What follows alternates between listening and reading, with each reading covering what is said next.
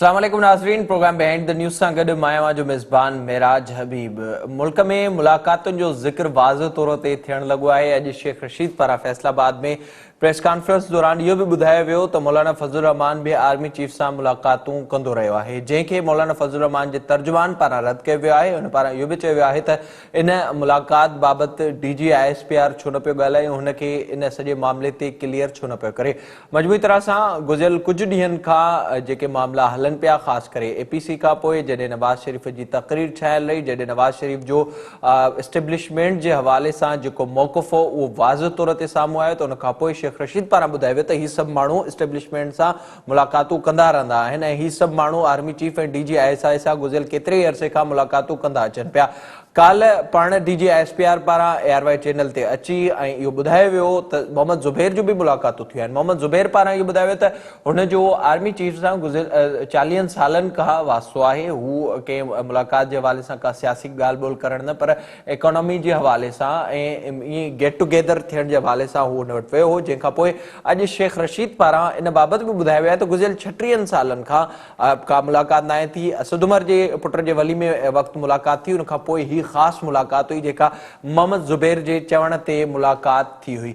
हिकु पासे इहा सूरत हाल आहे त ॿिए पासे अॻूणे वज़ीर आज़म नवाज़ शरीफ़ पारां अॼु ट्वीट में वाज़ तौर ते ॿुधायो वियो आहे, वाज़ तौर ते चयो वियो आहे त मुंहिंजी पार्टी जो को बि अॻुवाण, को बि सियासी नुमाइंदो कंहिं बि इस्टेब्लिशमेंट जे नुमाइंदे सां, आर्मी चीफ सां, DG ISI सां या एजेंसी जे माण्हुनि सां मुलाक़ात न कंदो। ऐं उनखां पोइ जेका हिन वक़्त ताईं मुल्क में सियासी सूरत हाल आहे, हिकु पासे असांखे नज़र आयो APC वाज़ तौर ते जेका आई, इहे लॻे पियो त शायदि हुकूमत लाइ को ख़तरो पैदा थियो, पर हिननि सभिनी ॻाल्हियुनि जेके थियूं आहिनि गुज़िरियल कुझु ॾींहनि खां मुलाक़ातुनि जा जेके ज़िक्र थिया आहिनि, उनखां पोइ लॻे ईअं पियो त हाणे इमरान ख़ान जी हुकूमत खे ख़ासि करे मुख़ालिफ़ धुर मां को बि ख़तरो न आहे। इन सॼे मामले ते पाण प्रोग्राम में ॻाल्हाईंदासीं, पर सभ खां पहिरियां ॾिसंदासीं अॼु शेख रशीद पारां मौलाना फज़लुर रहमान जे हवाले सां छा चयो अचे थो। जनाज़िन, मौलाना फज़लुर रहमान जे हवाले सां शेख रशीद जी ॻाल्हि ॿोल मां ॿुधी। ज़ाहिरा गुज़िरियल केतिरे अरसे खां हिन मुल्क में पावर सेंटर हिकिड़ो ई आहे ऐं जेके सभु सियासतदान आहिनि उहे मुलाक़ातूं कंदा रहनि था, मुलाक़ातूं उन्हनि जूं थींदियूं रहनि थियूं,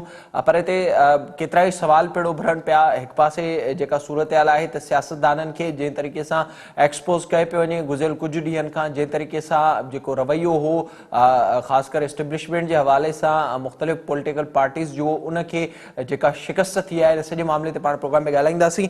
असांखे हिन वक़्तु फ़ोन लाइन ते जॉइन कयो आहे सीनियर सहाफ़ी ऐं तर्जुमेगार अवैस तौहीद साहब। अवैस साहब, अस्सलाम वालेकुम। जी भाई साहब। अवैस साहब बताइएगा, हमने देखा APC हुई और उसके बाद शेख रशीद साहब सामने आए, उन्होंने कहा कि ये सब लोग इस्टेब्लिशमेंट से मिलते रहे हैं, इनकी मुलाकातें हुई हैं DG ISI से, आर्मी चीफ से, फिर कल जुबैर साहब के हवाले से बात हुई, आज मौलाना फजलुर रहमान साहब के हवाले से उन्होंने बात की है। तो कैसे देख रहे हैं आप मामलात को? एक हमें लगा APC वाले दिन के शायद मुस्लिम लीग नून उसी नैरेटिव पर वापस आ रही है जो इलेक्शन से पहले था। देखिए, जाहिर बात है कि जिस तरह नवाज शरीफ साहब की एक जाराना तस्वीर के अंदर उन्होंने एस्टैब्लिशमेंट को बराह रास्त मुखातिब किया था और ये हाथों लिया था, और फिर 12 अक्टूबर 1999 को जनरल परवेज मुशर्रफ ने हुकूमत का सत्ता उठा था, उसका और लग रहा था कि जैसे लोग जो है वो इसको दामे की जाएगी निकल जाएगा। लेकिन जो लोई के नवाज शरीफ साहब की सियासी खमीर का में बात है कि वो एक कॉन्फ्लिक्शन तो है कि उनका बयानिया या उनका जो मार्जी है और वो एक दूसरे से मुताबिकत नहीं रखता है, कंपेटेबल नहीं है। ये जनरल जिलानी साहब के थ्रू पॉलिटिक्स में आना, जनरल जवाहरलाल के साथ पॉलिटिक्स में रहना, पूरी हमारी जो मूवमेंट थी उसके खिलाफ देना, फिर और माजी शरीफ में चले जाएं कि आप जब आप मेमो गेट हुआ, जब इस्टेब्लिशमेंट और आसिफ सरकारी साहब पीपल्स पार्टी की हुकूमत की खड़ी मेमो गेट पे, तो फिर आपने काला कोट पहना। और उसके बाद ये अच्छी तरह याद है कि साहब के वाले जब याद थे तो बिजरावाला के अंदर घर के अंदर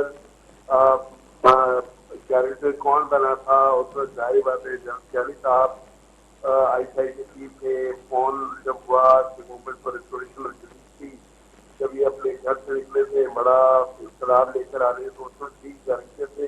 तो जाहिर बात है कि एक माजी तो आपका रहा है कि आप ये नहीं है कि कि आप पावर में होते हैं तो फिर आप इस्टेब्लिशमेंट की साथ आप गुजारा करना चाहते हैं, उनके साथ बातचीत करते हैं, उनके साथ मुस्तकिल रास्ता रखते हैं, जब आप ऑपोजिशन में होते हैं तो ये उनको फिर ललकारते हैं। तो मेरे ख्याल में ये कॉन्ट्रडिक्शन है।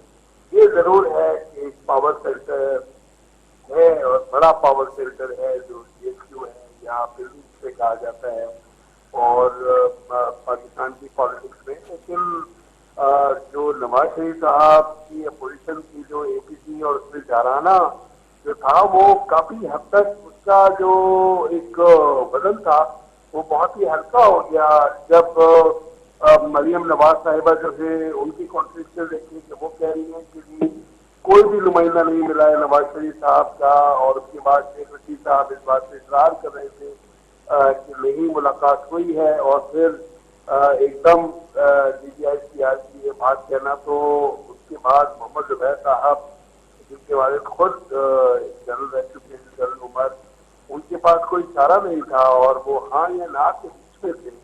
ये कैसे इखलाकी तौर पे या सियासी तौर पे दिफा कर सकते हैं कि आप 2 दफा मुलाकात करें, उसमें DGI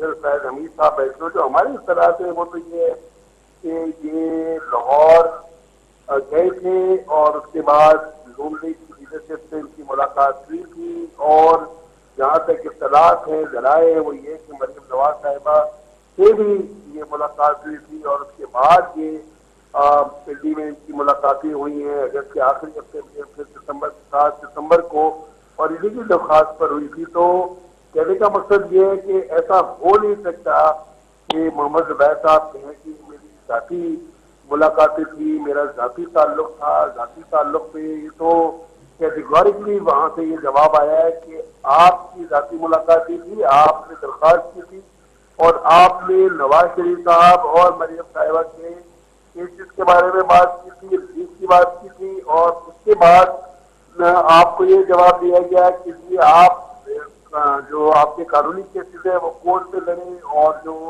पॉलिटिकल इश्यूज है वो पार्लियामेंट के अंदर करें। अबे साहब, अब इसमें ये बताइएगा, जाहिरी तौर पर आज शेख रशीद साहब ने भी जुबैर साहब के हवाले से बात की है कि उनका कोई ऐसा ताल्लुक नहीं है। जाहिर है इससे भी सवाल पैदा होता है कि अगर एक मुलाकात हुई तो फिर दूसरी करने की क्या जरूरत है। ये जुबैर साहब ने खुद भी कहा है कि उसके बाद में लाहौर गया था जो पहली मुलाकात थी। अगर देखा जाए तो इस पूरी सूरत हाल में आज एक और नाम सामने आ गया मौलाना फजल रहमान के हवाले से। अब देखा जाए इस मुल्क में इसमें कोई शक नहीं है, मुलाकातें होती हैं, होती रहती हैं, सियासतदानों की होती हैं, और गुज़िश्ता कितने ही अरसे से ये सब कुछ हो रहा है। और सब जो जमातें थी, चाहे वो पीपल्स पार्टी हो, मुस्लिम लीग नून हो या फिर मौलाना फजल रहमान, वो चाह रहे थे किसी न किसी तरीके से एस्टेब्लिशमेंट का हाथ उनके ऊपर आ जाए।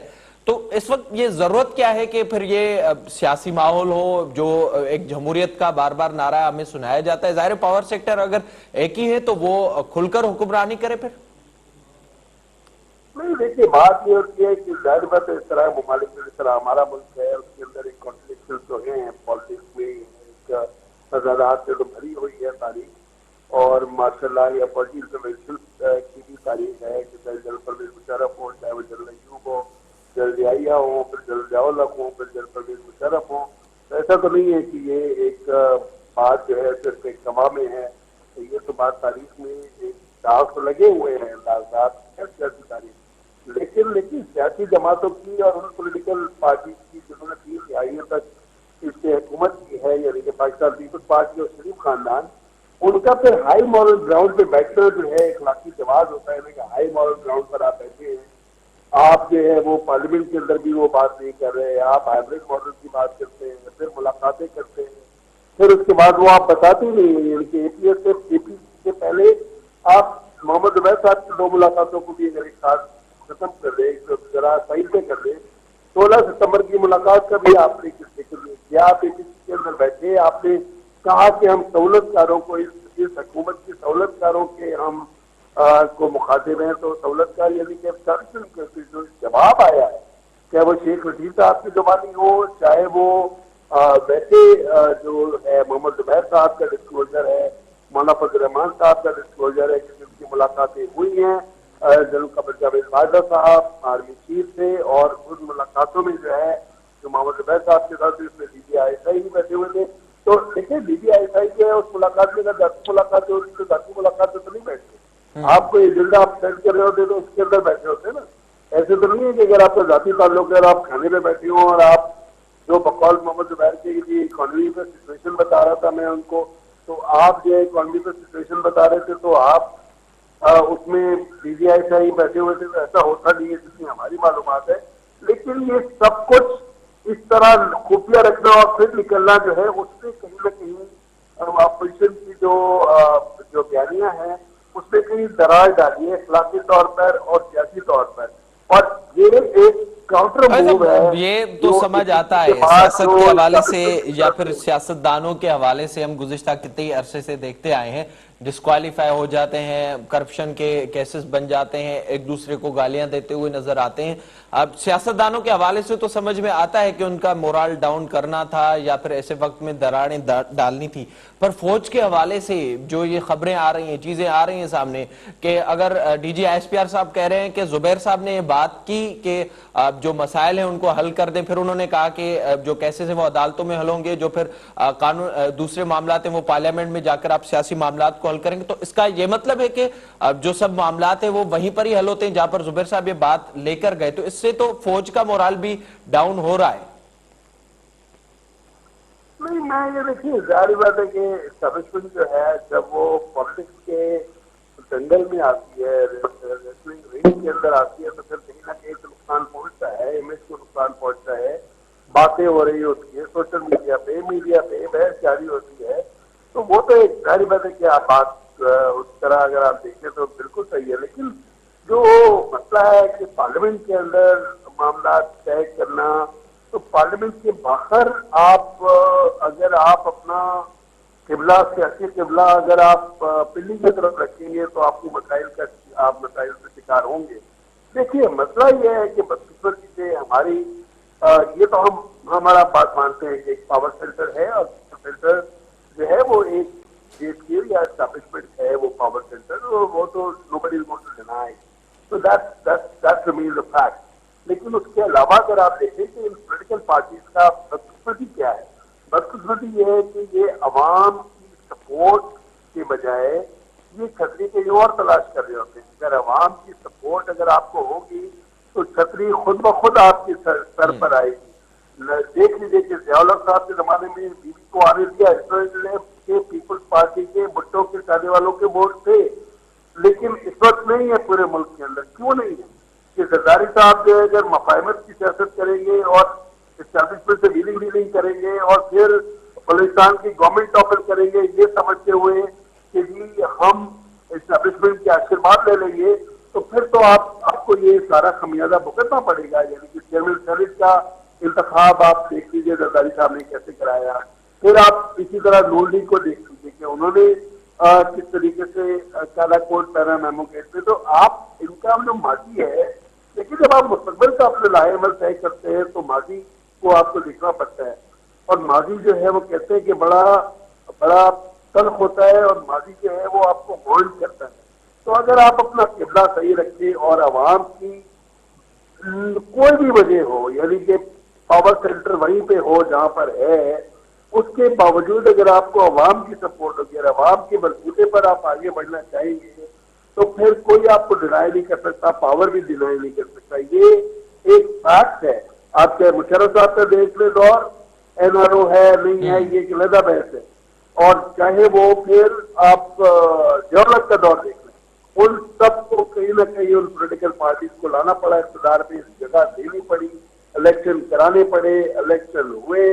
तो कहने का मकसद ये है कि इस वक्त नवाज शरीफ साहब जो है वो काफी काफी मुश्किल में है, उनका बयानिया भी, और ये मुश्किल है सबसे बड़ी बात मरियम साहिबा और उनकी पूरी क़यादत के लिए कि वो इन मुलाकातों को और अपने मज़ाहिमती बयानिया को, सो पर मज़ाहिमती बयानिया जो है उसका दिफा कैसे कर पाएंगे। तो मैं समझता हूँ न सिर्फ मुश्किल में है, बल्कि मुझे ऐसा लगता है कि इनका जो एम था वो ये था कि मार्च के अंदर जो है उससे पहले ये इतना मोमेंटम बना ले कि मार्च के अंदर जो upper house of the parliament है यानी कि सेनेट है, उसके इलेक्शन से पहले ये एक जो अंडरस्टैंडिंग है या पार्टनरशिप है एस्टैब्लिशमेंट की और तहरीक इंसाफ की हुकूमत को, उसमें उसमें डेंट डालना चाहते हैं। वो डेंट मेरे ख्याल में नहीं डल सकता और काउंटर प्रोडक्टिव इस वक्त हो रहा है।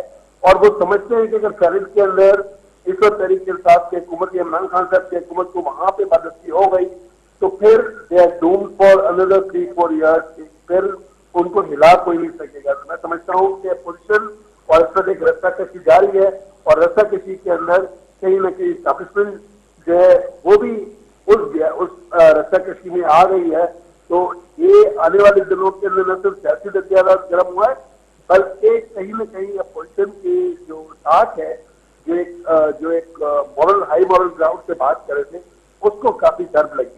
बहुत शुक्रिया आपका विस्तोहित सा प्रोग्राम में वक्त देने के लिए। मजबूरी तरह से कुछ ॾींहं पहिरियां ही एपीसी थी ऐं नवाज़ शरीफ जी ऑन स्क्रीन जेका तक़रीर हुई उहा एपीसी में सब खां अॻिते रही ऐं उन में असां ॾिठोसीं वाज़ तौर ते अॻूणे वज़ीर आज़म नवाज़ शरीफ पारां एस्टेब्लिशमेंट जे हवाले सां जेका ॻाल्हि ॿोल कई वई, जंहिंखां पोइ शेख रशीद जो राज़ खोलण जो सिलसिलो जारी आहे। अॼु बि फैसलाबाद में हिकु ॿियो राज़ शेख रशीद पारां खोलियो वियो आहे त मौलाना फज़लुर रहमान जी बि आर्मी चीफ सां केतिरियूं मुलाक़ातूं थींदियूं आहिनि। मजबूरी तरह सां जेका बि सियासत हले पई हिन वक़्तु, जेका बि बयानबाज़ी हले पई, उनमें वाज़ तरह सां अपोजिशन जो जेको नैरेटिव हुयो एस्टेब्लिशमेंट ख़िलाफ़ उनखे नुक़सानु पहुतो आहे ऐं उनमें हिन वक़्तु वाज़ तौर ते पार्टियूं विरहायल पिणु असांखे नज़र अचनि थियूं। इन करे पाण प्रोग्राम में ॻाल्हाईंदासीं वॾे वज़ीर जी प्रेस कॉन्फ्रेंस जे हवाले सां ऐं रिलीफ जे हवाले सां। वक़्तु ब्रेक जो असां सां गॾु रहिजो।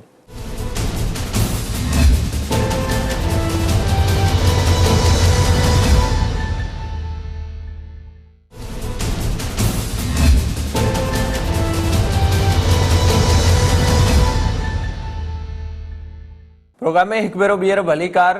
गुज़िरियल कुझु ॾींहं पहिरियां सिंध में पयल बरसातुनि जेका तबाही आंदी ऐं उन वक़्तु असांखे नज़र आयो पए सिंध में केतिरा ई ज़िला इफेक्ट थिया ऐं लखे माण्हू बेघर थिया। सिंध हुकूमत पारां जेका रिपोर्ट साम्हूं आई पीडीएमए जी, उन में इहो वाज़ तौर ते ॿुधायो वियो त 24 लख खां मथे माण्हू, 25 लख जे लॻभॻि माण्हू, 24,88,000 माण्हू हिननि बरसातुनि सबबि मुतासिर थिया। सभ खां वॾो तइदाद मीरपुर ख़ासि जो हो, जंहिंखां पोइ उमरकोट ऐं उनखां अलावा थरपारकर दादू में बि वॾे तइदाद में माण्हू मुतासिर थिया। बदीन जी बि साॻी सूरत हाली। अहिड़े तरीक़े सां केतिरा ई सिंध जा ज़िला हुआ जेके मुतासिर थिया ऐं उन्हनि खे आफ़त सटिल करार ॾिनो वियो ऐं सिंध हुकूमत पारां उते रिलीफ जो हिकु सिलसिलो शुरू कयो वियो, जंहिंखां पोइ पीपी चेयरमैन बिलावल भुट्टो ज़रदारी बि उते पहुतो। हुन पाण विज़िट करे उन्हनि इलाइक़नि में उतां जी सूरत हाल ॾिठी ऐं उनखां पोइ उतां जे माण्हुनि जे लाइ जेको रिलीफ जो सिलसिलो हो उहो बि असांखे कंहिं हद ताईं शुरू थींदे नज़र आयो। जंहिंखां पोइ वॾे वज़ीर जी सरबराही में हिकु अहम मुलाक़ात थी, जंहिंमें वॾे वज़ीर पारां रिलीफ कैंपेन जी शुरूआत कई वई। पाकिस्तान पीपल्स पार्टी जे हवाले सां बि अहिड़ी कैंपेन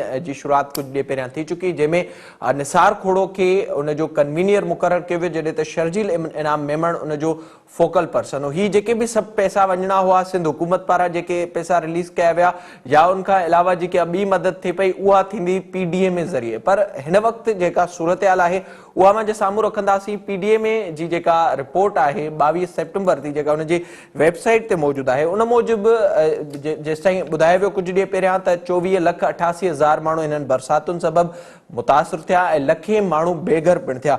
उन रिपोर्ट जेका 22 सेप्टेम्बर ते पीडीएमए पारां ॾिनी वई आहे उन मूजिबि सिंध हुकूमत पारां हिन वक़्तु ताईं तक़रीबन जेके राशन बैग विराए विया आहिनि उहे 1,61,700 ताईं विराए विया आहिनि, जॾहिं त उनखां अलावा इहो पिणु ॿुधायो वियो त जेके मच्छरदानियूं आहिनि उहे जेके विरायूं वियूं आहिनि उन्हनि जो तादाद बि 1.5 लख जे लॻभॻि आहे ऐं उनखां अलावा टेंट जेके ॾिना विया आहिनि उहे 74,800 जे लॻभॻि आहिनि, जेके मुख़्तलिफ़ इलाइक़नि में मुख़्तलिफ़ तरीक़नि सां डीसीस जे थ्रू विराए विया। हाणे ॾिसिजे त 24 लख खां मथे जिते माण्हू मुतासिर थिया आहिनि त उते ही जेको तादाद आहे इहो कुझु परसेंट वञी बीहे थो। साॻे ई वक़्तु अॼु वॾे वज़ीर पारां जॾहिं प्रेस कॉन्फ्रेंस कई वई त उन पारां वज़ीर आज़म इमरान ख़ान आॾो वफ़ाक़ी हुकूमत आॾो एहतिजाज कयो वियो ऐं उन पारां ॿुधायो वियो त मां ख़त लिखिया आहिनि, मां बार बार चयो आहे, उन बावजूदि बि का मदद न पई कई वञे। पर जेका उन पीडीएमए जी वेबसाइट ते मौजूदु शयूं आहिनि, ज़ाहिर वफ़ाक़ी हुकूमत जेको कुझु ॾिए पई उहो एनडीएमए जे थ्रू ॾिए पई, उन मूजिबि बि जेके शयूं आहिनि उहे नाकाफ़ी आहिनि ऐं वफ़ाक़ जी का बि हिन वक़्तु ताईं का ख़ासि मदद नाहे थी सघी।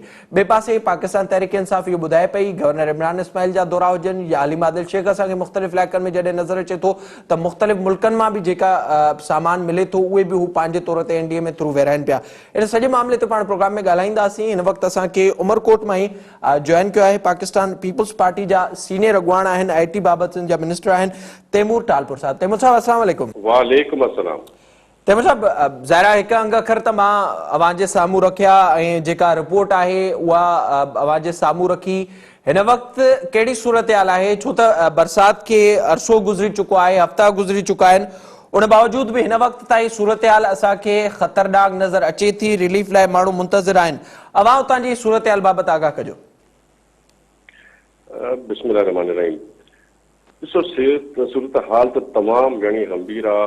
ख़ासि तौर इहे जेके 5 ज़िला जिन जो तव्हां ज़िक्र कयो पिया हाणे, ख़सूसन बदीन, उमरकोट, मीरपुर ख़ास, सांगड़, हिते त तमामु घणी बर्बादी आई आहे। तव्हांखे थोरो जीअं मां एग्ज़ाम्पल ॾियां उमरकोट जो, त 5000 ॻोठ जेके आहिनि सो अफेक्ट थिया आहिनि। टू बी एग्ज़ैक्ट 4900 विलेजिस जेके आहिनि असांजा उमरकोट जा अफेक्ट थिया आहिनि ऐं तक़रीबन 7 लख माण्हू हींअर असांजो डिस्प्लेस्ड आहे, या टेंटनि में आहे, या घरनि मां ॿाहिरि आहे, या लॾपण करे ॿियनि एरियाज़ में हलिया विया आहिनि।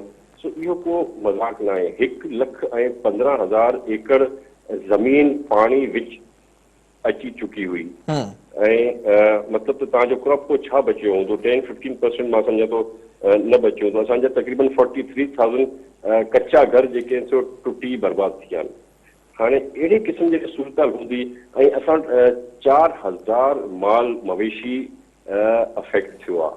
इहो वॾो अमाउंट हूंदो आहे। जंहिं वटि हिकिड़ो ढोर या 2 ढोर हलिया विया त हुनजो छा बचियो। सो एग्रीकल्चर सां गॾु लाइफ स्टॉक जी बि बिल्कुलु हिते बाक़ाइदगी सां तबाही थी वई आहे। त जॾहिं इन ॻाल्हि ते अचूं था त तव्हां चयो पियो त मुराद अली शाह साहिबु एहतजाज कयो आहे। मां सम्झां थो एहतजाज घटि आहे। साईं खे जेको करे थो सही पियो करे, साईं खे अञा वधीक एहतजाज कंदो तब जेको आहे सो मां सम्झां थो असांजी बराबरी न थींदी ॻाल्हि में। तव्हां थोरो ॾिसो न, NDMA हिकिड़ो वॾो इदारो आहे। तव्हांजे पूरे पाकिस्तान में किथे को डिज़ास्टर थिए थो त तव्हांजी प्रोविंशियल डिज़ास्टर मैनेजमेंट सां गॾोगॾु बराबरि मदद ॾियण लाइ इहो तव्हांजो NDMA ठहियो आहे। सो छा NDMA करे पियो तव्हांजे साम्हूं आहे। फॉर एग्ज़ाम्पल तव्हांखे ॿुधायां त असांखे PDA में अञा ताईं 13,000 टैंक ॾिना आहिनि। 12,099 13,000 टैंक असांखे PDA खां मिलिया आहिनि ऐं गॾोगॾु असांजी मदद NDMA बि करे पई। तव्हांखे ॾाढी हैरानगी थींदी इहो ॿुधी त असांखे टोटल जेको अञा ताईं 600 टेंट मिलिया आहिनि NDMA मां। हे जीअं असांखे टेंट न ॾियनि त बहितर न हो। इन्हनि जा लाचार थियासीं, इन्हनि जो थोरो खयोंसीं पाकिस्तान गवर्नमेंट जो। हे इन्हनि 600 टेंट खां त असां बिना ई सुठा हुआसीं न।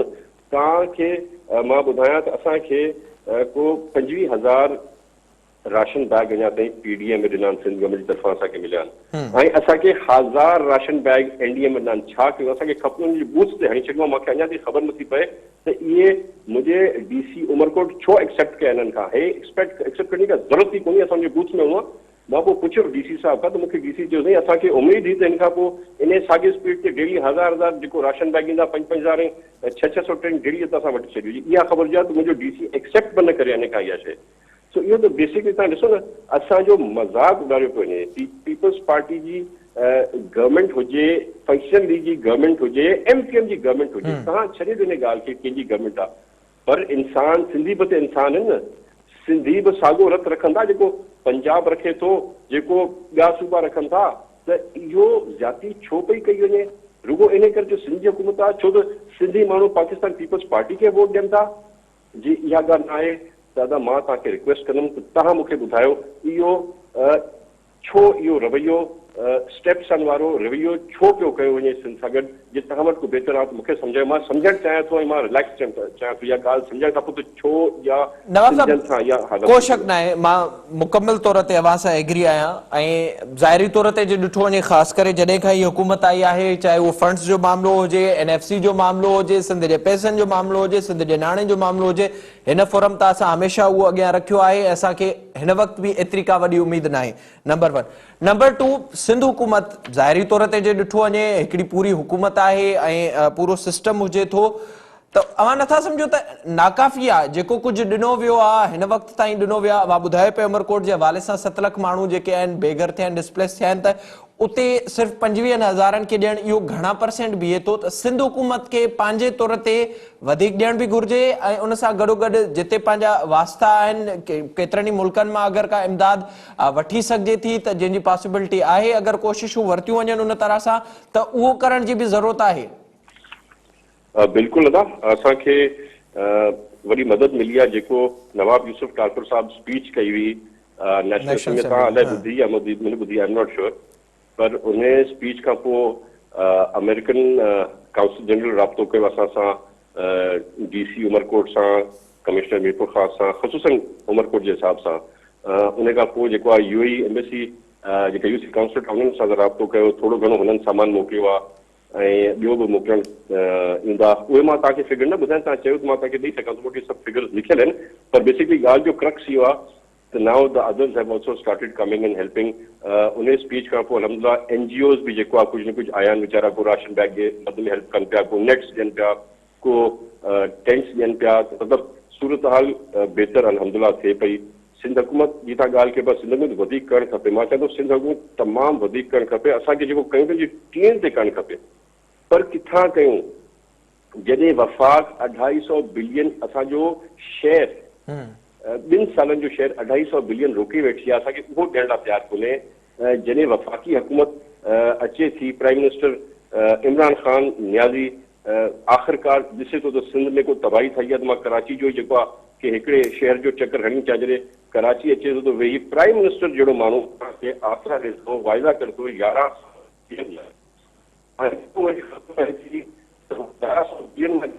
800 बिलियन सिंध हुकूमत जा पंहिंजा आहिनि, जेके असांजा सर्कुलर पेमेंट्स ईंदियूं आहिनि उन जा, ऐं बाक़ी जेको आहे चवनि था त असां तव्हांखे 300 बिलियन ॾिना आहिनि। हे कराची शहर जी ॻाल्हि पियो कयां मां, पंहिंजे बाक़ी सूबनि बाक़ी उन ते शहरनि ते पोइ ईंदुमि।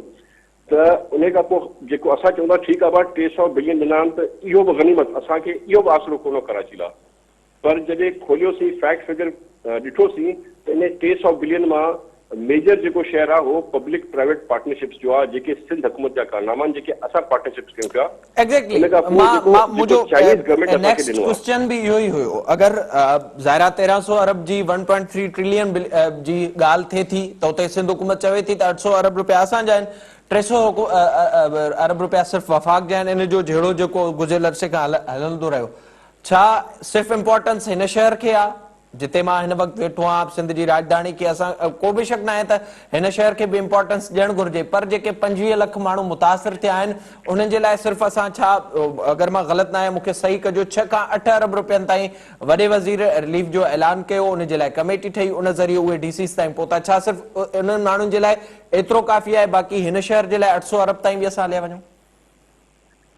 मां थोरो तव्हांखे वरी फिगर ॿुधाईंदो, जेको 300 बिलियन बि असांखे मिलियो आहे उहो वफ़ाक़ जो पैसो न आहे, उहो बि असांजी बेवकूफ़ ठाहे पिया। हुन मां मेजोरिटी पैसा चाइना जा आयल आहिनि, कुझु लोन्स जी सूरत में, कुझु हेल्थ जी सूरत में, उनमें प्राइवेट पब्लिक पार्टनरशिप्स मां पैसा आयल आहिनि। तव्हांजे 1100 बिलियन मां रुगो 5% जेके पैसा वफ़ाक़ी हुकूमत असांखे न, जेके असांखे ज़रूरत ई 5% खां सवाइ असां साॻियो कमु करे वञूं आहे।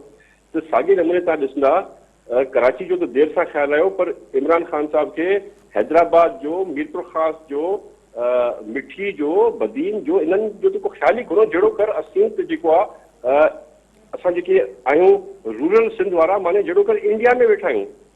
ख़ान साहब खे इहो ख़्यालु न आयो त हिकिड़ो हवाई दौरो ई करे वञे, भले ठीकु आहे तव्हांखे वोट न मिलिया, तव्हां सीटूं न खयूं असांखां, पर को बि इंसान त उते रहे थो न। हो भले MLAs न खटिया हुजनि, शामूद कुरैशी साहब इलेक्शन न खटियो हुजे, ॿिया तव्हांजा MLAs इलेक्शन न खटिया हुजनि, पर लख लख वोट त खयो आहे न अवाम ॾिनो न। इन्हनि खे त एक्सपेक्ट कनि पिया त हीअ अची ॾिसंदा, पर आख़िर ताईं ख़ान साहब इन न रुख कयो इन पासे, न छा कयो। तव्हांखे यादि हूंदो 2011 में जॾहिं बोर्ड आई तॾहिं सिंध हुकूमत वधीक स्ट्रॉन्ग हुई, फाइनेंशियल असांजा बहितर हा, असांखे पंहिंजो शेयर मिलंदो, ऐं जंहिं नमूने सिंध हुकूमत 2011 में कमु कयो त माण्हुनि तारीफ़ कई, NGOs तारीफ़ कई, बाक़ी मुल्कनि पंहिंजी एड ॾींदे चयो असां ख़ुशी सां तव्हांखे एड ॾियो पिया, तव्हां सुठो कमु कयो पिया। पर हुन सां गॾोगॾु तव्हांखे यादि हूंदो वतन कार्ड ॾिना पाकिस्तान पीपल्स पार्टी। बिल्कुलु नो डाउट इहो हिन वक़्तु असांखे ॿुधाए बि वञे पियो बार बार पीपल्स पार्टी पारां, त उन टाइम कंहिं तरीक़े सां मामले खे हैंडल कयो, पर मुंहिंजो सवाल हिकु भेरो ॿीहर साॻियो आहे त कराची के हवाले से ज़ाहिरा जहिड़ा थींदा रहा, कराची ट्रांसफॉर्मेशन प्लान जो वॾे वज़ीर आज़म ॿुधायो गवर्नर हाउस में, उनखां पोइ सिंध हुकूमत उनखे डिनाए कयो त न हिते असांजो सभ खां वधीक पैसो आहे। वफ़ाक़ चयो न असांजो पैसो वधीक आहे। उनखां पोइ उहो सिलसिलो हलंदो रहियो। छा सम्झो पिया त हिन वक़्तु जेतिरा माण्हू इफेक्टेड थिया आहिनि या जेतिरो नुक़सान थियो आहे सिंध जे ॿियनि एरियाज़ में जेके ज़िला हुआ पाण ॻणाए विया, उनखां घटि थियो आहे कराची में बज़ाहिर असांखे हिन वक़्तु नज़र बि अचे पियो त उन्हनि माण्हुनि खे बि ओतिरी इंपॉर्टेंस ॾियणु घुरिजे, ओतिरा ई ऐलान थियणु घुरिजनि उन्हनि माण्हुनि जे लाइ घटि में घटि सिंध हुकूमत तरफ़ां। ॾिसो, जे नमूने सां असांजा फंडिंग असां वटि आहे, जे नमूने असां वटि जेको कुझु असां कयूं पिया, that is the maximum capacity असांजी। तव्हांखे ख़बर आहे 2 सालनि खां असां डेवलपमेंट बंदि करे छॾी आहे। जेके असां वटि फंड्स आया पे कोविड-19 जे करे, असां मेजॉरिटी शेयर जेको आहे सॼो डाइवर्ट करे छॾियो आहे हेल्थ डिपार्टमेंट खे, त असांखे कोविड जो ख़्यालु कयो, असां हॉस्पिटल्स खे बहितर कयूं, असां ॿियनि शयुनि ते पंहिंजी प्रायोरिटीज़ हटाए छॾियूं आहिनि। त असां वटि जेको कुझु बचियो असां उहो डिस्ट्रीब्यूट कयूं पिया, कराची खे ॾियूं पिया, हैदराबाद खे ॾींदासूं। जिथे ख़ासि तौर ते नुक़सानु थियो आहे उते हिकिड़ो पैकेज सीएम साहिबु इनिशियल असांजो अनाउंस कयो आहे, पर असांजी वरी मीटिंग थियणी आहे, इन कैबिनेट में वरी डिस्कस थींदो त असां किथां किथां छा ॿिया फंड पंहिंजो डाइवर्ट करे ऐं इन्हनि ॾुकड़ियल इलाइक़नि खे जिते फ्लड्स ऐं बरसातनि तबाही मचाई आहे उन्हनि खे छा ॾेई था सघूं। वधीक जेको बि वधि में थींदो उहो सिंध हुकूमत कंदी, छो त सिंधी माण्हू खे सवाइ पाकिस्तान पीपल्स पार्टी जे कंहिं मां को आस न रहियो आहे। वीचारा ॾुकड़जी विया आहिनि, परेशान आहिनि, हालात ख़राब अथनि ऐं हे सिंध हुकूमत जो ज़िम्मो आहे। ज़िम्मो त वफ़ाक़ी हुकूमत जो आहे, पर क़बूल सिंध हुकूमत खे करिणो पवंदो। जेके असांजा हारी नारी नंढा ज़मींदार 20 एकड़ जा 50 एकड़ जा, उन्हनि जेके क्रॉप्स तबाह थी विया आहिनि, बर्बाद थी विया आहिनि, हुते पाणी बीठल आहे। असां सभ खां पहिरियों जो पाणी कढूं पिया। मां हींअर उमरकोट में वेठो आहियां, DC ऑफिस में असांजी मीटिंग जी, नवाब यूसुफ टालपुर साहब पूरी डिस्ट्रिक्ट एडमिनिस्ट्रेशन सां गॾु छो त मां फोकल पर्सन आहियां। अॼु बि इहो कयो अथमि, सुभाणे वरी DC ऑफिस मिटिंग आहे, मां तव्हांखे कवरेज वञो मोकिले ॾींदुमि, तव्हांखे ॾिसणु खपे छा कयूं पिया, कीअं कयूं पिया। असां वफ़ाक़ सां जहिड़ो करे कोशिशि कयूं पिया असांखे ट्रांसफॉर्मर्स मिलनि, जिते मशीनूं लॻे असां पाणी कढूं। असांखे ट्रांसफॉर्मर ॾियण लाइ तयारु कोन्हे, असांखे डीज़ल ते कढणो पए। इहे बि असां सभु कुझु पाण अफोर्ड था कयूं, कुझु ज़मींदार वीचारा कनि पिया, कुझु असां पूल ठाहे कयूं पिया। त तमामु घणो कमु हिते जेको आहे थियणो आहे, पर असां किथे बि पंहिंजो हथु न कढियो आहे, असां किथे बि न कई आहे। हींअर बि जेको आहे असां वटि ज़मींदार समय आया मीटिंग में, उन्हनि चयोसीं कीअं कयूं, छा चयो ठीकु आहे असीं डीज़ल बि फराहम कंदासूं, पोइ अलाह ख़ैर कंदो हुकूमत खां वठंदासूं, न मिलियो जेबा कंदासूं, पर असां किथे कंहिं बि जाइ ते कंहिंखे बि मना न कयो आहे कंहिं शइ करण खां या मदद करण खां। वरी महिरबानी तैमूर टालपुर साहब प्रोग्राम में वक़्तु ॾियण जे लाइ। मजबूरी तरह सां सिंध में पयल ताज़नि बरसातनि लखे माण्हुनि जी ज़िंदगी मुतासिर थी आहे। हिन वक़्त ताईं बि ज़िंदगी मुतासिर आहे ऐं सिंध जा केतिरा ई ज़िला आहिनि जिते माण्हू बेघर थिया आहिनि, जिते माण्हुनि जो जेको गुज़र सफ़र हुजे थो, नंढा नंढा ज़मींदार हुजनि था या उन्हनि जो जेको मालवंद माण्हू हुजनि था, उन्हनि जो मालमता मरी वञणु सबबु या बरसाति सबबु उन्हनि जा फसल तबाह थियणु सबबु उन्हनि जी मुआशी ज़िंदगी ते बि हिन बरसाति वॾा असर छॾिया आहिनि। त उते ई रिलीफ जे कमनि में बि हिन वक़्त ताईं सुस्त रवी जो शिकार आहे। अॼु वफ़ाक़ी अॼु वॾे वज़ीर पारां वाज़े तौर ते ॿुधायो वियो त असांखे वफ़ाक़ तरफ़ां का बि मदद न पई मिले। हालांकि वज़ीर आज़म इमरान ख़ान खे चयो आहे, हुनखे ख़त लिखिया आहिनि, उन बावजूद बि का मदद न पई थिए। ऐं ॿिए पासे सिंध हुकूमत पारां जेके कोशिशूं वरितियूं पियूं वञनि, जेके सभु सिंध हुकूमत पारां जेके फंडनि जो ऐलान कयो वियो, उहे डीसीनि जे हवाले कया विया आहिनि ऐं डीसीनि जे थ्रू उन्हनि माण्हुनि ताईं पहुचनि पिया, जंहिंमें मच्छरदानियूं हुजनि, टेंट हुजनि, राशन बैग हुजनि, उन समेत मुख़्तलिफ़ शयूं बि उन्हनि में शामिल आहिनि, उहे उन्हनि माण्हुनि ताईं पहुचाए वञनि पियूं। उहे बि के काफ़ी न आहिनि। हिन वक़्त ताईं सिंध हुकूमत तरफ़ां जेको कुझु ॾिनो वियो आहे उहो बिल्कुलु बि काफ़ी न आहे। 74,000 जे लॻभॻि सिर्फ़ु टेंट ॾिना विया आहिनि ऐं उन सां गॾोगॾु 1,61,000 मच्छरदानियूं ॾिनियूं वियूं आहिनि। जिते 24,88,000 माण्हू मुतासिर थिए थो, त उते 74,000 टेंट ॾियणु कुझु बि न ई हूंदो ऐं हिते सभिनी खे गॾिजी करे कमु करिणो आहे, हुकूमतुनि खे गॾिजी कमु करिणो आहे, वफ़ाक़ खे बि इन सॼे मामले ते सोचणो पवंदो आहे, सिंध हुकूमत खे बि तेज़ी सां, सख़्ती सां ऐं ट्रांसपेरेंसी सां क़दम खणणा पवंदा त जीअं जेके माण्हू मुतासिर थिया आहिनि उन्हनि जी का वाहुर थी सघे। नेक्स्ट प्रोग्राम जो वक़्तु पंहिंजी पुॼाणी ते पहुतो। पंहिंजे मेज़बान मिराज हबीब खे ॾींदा इजाज़त। तलाने